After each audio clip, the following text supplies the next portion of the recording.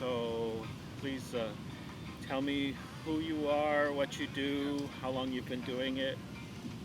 Hi, my name is Nurys Saldana. I've been doing Isshinryu Karate Kobudo for about 23 years now.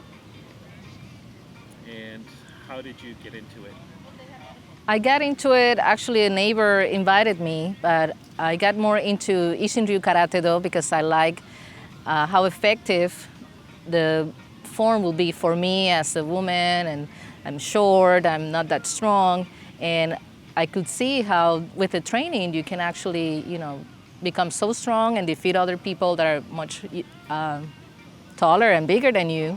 So I'm like, this is very interesting. I would like to learn more about this. How is this possible? Yeah. Did you get into karate more for self-defense reasons, or what are the reasons that you got into karate? Initially, I got into it because it was a good workout, and then I saw the benefits of self-defense and self-control, the discipline, the focus, and I thought I can apply this to many things of my life. So this is great that if I get involved with this, and I just fell in love with the discipline and the focus and the teamwork that we got in the dojo, actually, in the karate class. And how many years have you been doing this? I've been doing Isshinryu Karate for about 23 years. And can you tell us a little bit about some of your teachers? My teacher of Isshinryu Karate in Puerto Rico is Javier Martinez. He started Isshinryu in the 1970s, Fort Buchanan, and I was with him, I guess, from 1992. We started 1991, I guess, something like that. And he's very passionate about the origins of the kata, what does the bunkai means, the applications, and he traveled Okinawa, China, and he has developed a lot of good self-defense, practical self-defense applications from the katas. A lot of the tuite, a lot of the joint locks and things that sometimes get lost in the kata. So he has really dedicated himself to research this part of the kata. And I really like that about him, and could really understand the human body and the applications and what are the effects if you do this or that. In the kata, there are hidden applications, things that are not very obvious as you're doing the karate movements. And tuite is one of the things that you can encounter in a kata, and how to apply different seizing or capturing the hands and promoting joint locks, for self-defense. So that part really interests me, and Sensei Javier Martinez has dedicated a lot of research in this area.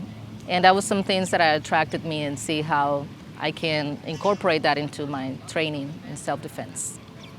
And some of your other teachers? I trained in Okinawa with Tsuyoshi Uechi Sensei. He's an Isshinryu 9th Dan with the Rengokai, and he's been incredible, his knowledge about kata and how Tatsuo Sensei originally taught it, I think is really remarkable. And in Oceanside, I trained with Advincula Sensei, and he was, Tatsuo Shimabuku Sensei, student for many, many years. So he has a first glance, instruction, first generation students there. So when you were doing the kata, what are some of the things that you're really focusing on as you're doing the kata? As I'm doing the kata, I focus on the application and make the movement as practical and natural to me as possible. So in that way, I can get faster or promote more power, and really thinking about what I'm doing in that sense. As I practice and I do it more and more and more, there's little thinking actually then after that. But I think that's one of the things I kind of think about the bunkai, what I'm doing. So when you're doing kata, do you visualize the opponent? Yes, when I do kata, I visualize the opponent, and I see myself defeating them also. So I think that's a crucial part of visualization as I'm doing the kata. And tell me, what is bunkai? Tell me all about bunkai. Bunkai for me is the application, the analysis of the movements, and how we can make it work for self-defense aspect. One of the things that attracted me with Javier Martinez Sensei was that he said you should defeat your opponent in 3, 4, 5 moves. I'm like, how's that? Because that's not what I see in the movies, So it was really a change of mind frame, like, okay, these movements are for that moment when it counts, my life depends on it, the most effective, the best technique that I can do for self-defense and protection. So those are the things that that's for me is bunkai. So I don't know the Japanese term for it, but there's a Japanese term for one punch, one kill. Have you ever heard that? Yes. Yeah. Yes, and that's one of the principles Do you want to talk about that? Well, what I understand, what I understand is part of what Shimabuku Sensei was incorporating with Chinkuchi in the katas. Locking your body, from very short distance, developing maximum force and explosive power. And so, one kill, one punch, one kill. 1-inch punch or 3-inch punch. All that comes from that. Exerting that power, locking your body in. So. Okay.